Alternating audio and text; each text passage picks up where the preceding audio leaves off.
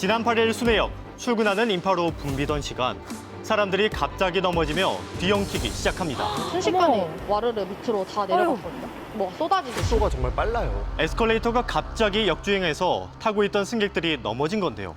순식간에 벌어진 역주행 사고.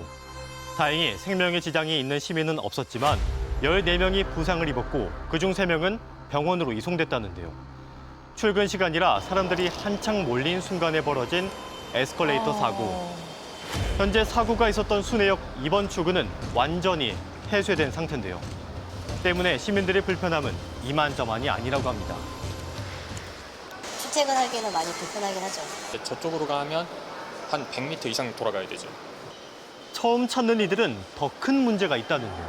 이번 출구를 가서 어떻게 해야지? 나갔다가 돌아서 가셔야 돼요. 여기 지금 고장나서.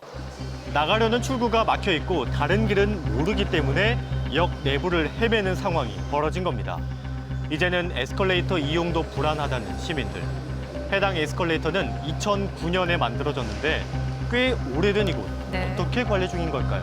코레일에 있는 그 에스컬레이터 유지보수는 직접 유지보수를 하는 게 아니라 외주 업체에 이제 위탁을 주는 거예요. 업체에 위탁 중이라는 코레일의 입장을 들어봤습니다. 순회역 에스컬레이터 관련해가지고 저희 보도자료로 입장이 나와 있고 그 외에 대해서는 현재 조사 중이라서 말씀드릴 수 있는 사항이 없다. 코레일에서 공개한 보도자료를 살펴보면 사고가 일어난 에스컬레이터는 주기적인 점검이 이루어졌으며 그때마다 큰 이상 없이 합격을 받았다는 내용이었는데요. 네.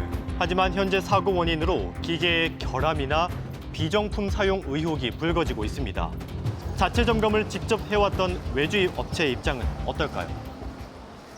그럼 한 달 전에 조사를 했을 때는 크게 기계상의 문제는 없었던 건가요? 그렇죠. 제가 뭐 딱히 말씀드릴 건 없어갖고 지금 조사 중이라서 결과가 나오면은 뭐 말씀드릴 수 있을 것 같아요. 뭐 변명같이 들릴 수도 있긴 있지만 합정이다 보니까 점검 대수 많은 거에 비해서 좀 사람을 얻고 그런 현실적인 문제가 있고.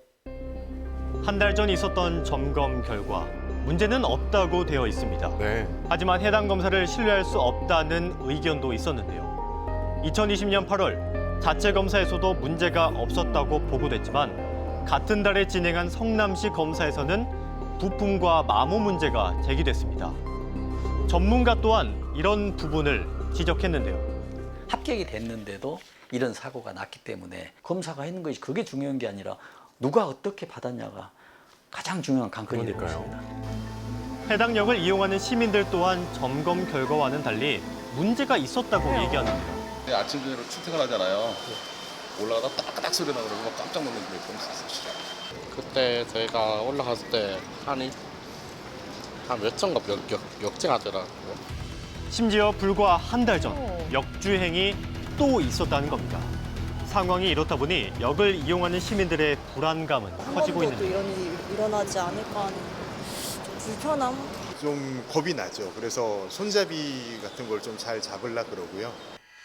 에스컬레이터 역주행 사고는 이번이 처음은 아닙니다. 왜 자꾸 반복적으로 발생하는 걸까요? 에스컬레이터는 한시도 쉬지 않고 작동하거든요. 그렇다라는 얘기는 지금 마모가 발생한다는 얘기거든요. 마모가 발생한다는 얘기는 고장이 자주 발생한다는 얘기입니다. 지금 10년 전에도 분당에서 29명이 다친 경우가 있거든요. 분당뿐만 아니라 대림역, 서울대 입구역, 야탐역, 종로 3가역, 안산역 등 곳곳에서 에스컬레이터 역주행 사고가 계속 반복되며 매번 10여 명의 부상자도 발생하고 있습니다. 현재까지 발생한 역주행 사고의 원인은 대부분 기계 결함이나 부품 문제로 밝혀졌는데요. 그렇다면 이번 사고의 원인은 뭘까요? 원인이나 이런 부분은 6월 13일에 합동 조사를 좀 이제 실시할 예정이에요. 뭐 합동 조사가 좀 이루어진 다음에 좀 나오지 않을까 싶습니다.